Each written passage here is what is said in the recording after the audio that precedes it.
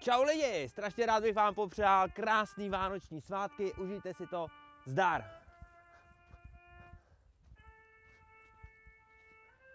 A tomu, kdo zůstal u toho vánočního videa, tak navíc přeju strašně moc, hádejte čeho?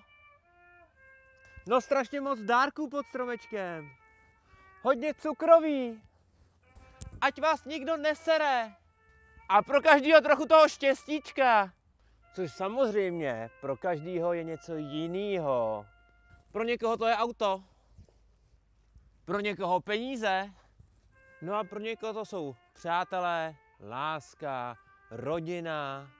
No tak vám zkrátka přeju, ať toho všeho máte dostatek, ať si žijete svůj krásný high life a ať si ty Vánoce prostě povedou.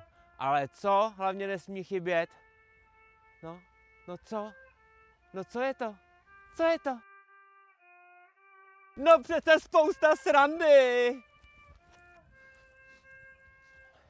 Takže ještě jednou, prostě veselý Vánoce. Ať si je krásně užijete. Večer se uvidíme na půlnoční.